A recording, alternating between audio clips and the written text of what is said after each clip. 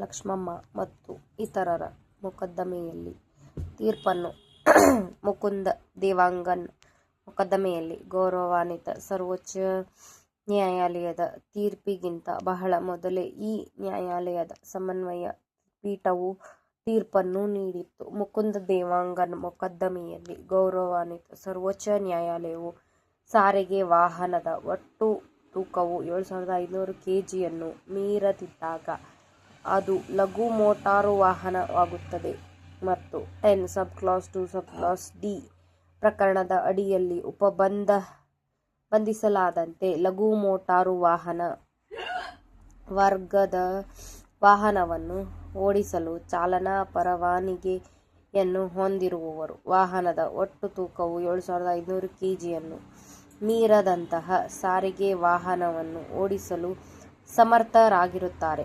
ಅಧಿನಿಯಮದ 2ನೇ ಸಬ್ಕ್ಲಾಸ್ 15ನೇ ಪ್ರಕರಣದಲ್ಲಿ ವ್ಯಾಖ್ಯಾನಿಸಲಾದಂತೆ ವಾಹನದ ಒಟ್ಟು ತೂಕವೆಂದರೆ ಯಾವುದೇ ವಾಹನಕ್ಕೆ ಸಂಬಂಧಿಸಿದಂತೆ ವಾಹನದ ಒಟ್ಟು ತೂಕವು ಮತ್ತು ಆ ವಾಹನಕ್ಕೆ ಅನುಮತಿಸಲಾದಂತೆ ನೋಂದಣಿ ಪ್ರಾಧಿಕಾರದಿಂದ ಪ್ರಮಾಣೀಕರಿಸಲ್ಪಟ್ಟ ಮತ್ತು ನೋಂದಾಯಿಸಲಾದ ಹೊರೆ ಎಂದರ್ಥ. ಆರೋಪಿತರ ವಾಹನ ಬಿ ರಿಜಿಸ್ಟರ್ನ ಉದ್ಧೃತ ಭಾಗವಾದ ನಿಶಾನೆ R1 ಸದರಿ ವಾಹನದ ನೋಂದಾಯಿತ ಹೊರೆಯ ತೂಕವು 16,200 kg ಎಂದು ತೋರಿಸುತ್ತದೆ ಮತ್ತು ಅದು 7,500 kgಗಿಂತ ಬಹಳ ಹೆಚ್ಚಾಗಿದೆ.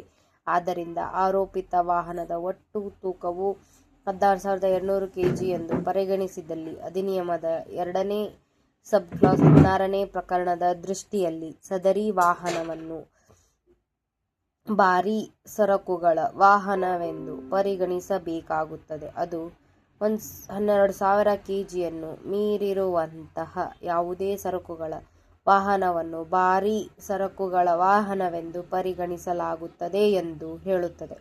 ಆದ್ದರಿಂದ ಮುಕುಂದ ದೇವಾಂಗನ್ ಮೊಕದ್ದಮೆಯಲ್ಲಿ ಗೌರವಾನ್ವಿತ ಸರ್ವೋಚ್ಚ ನ್ಯಾಯಾಲಯವು ನೀಡಿದ ತೀರ್ಪಿನ ದೃಷ್ಟಿಯಿಂದ ಲಕ್ಷ್ಮಮ್ಮ ಮತ್ತು ಇತರರು ಮೊಕದ್ದಮೆಯಲ್ಲಿನ ತೀರ್ಪು ಈ ಕಾರಣದಿಂದ ಇನ್ನು ಮುಂದೆ ಉತ್ತಮ ಕಾನೂನಾಗಿ ಉಳಿಯುವುದಿಲ್ಲ.